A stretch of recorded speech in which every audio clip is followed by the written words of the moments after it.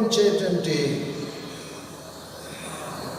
మహిమ కేవలం పరిమితమైనటువంటిదే, ఎంత మాత్రం కూడా చాలినటువంటిది కాదు.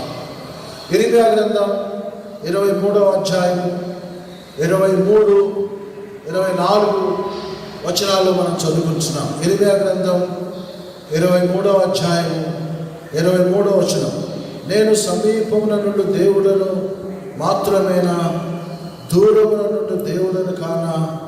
యెహోవా సెలవిచ్చిన మాట ఏదనగా, నాకు కనబడకుండా రహస్య స్థలములలో దాగగలవాడు ఎవడైనా కలడా?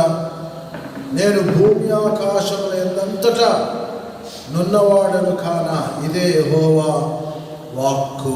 కనుక దేవుడు ప్రియులారా సర్వంతర్యామి, అనంతమున, ఓమ్ని ప్రజెంట్,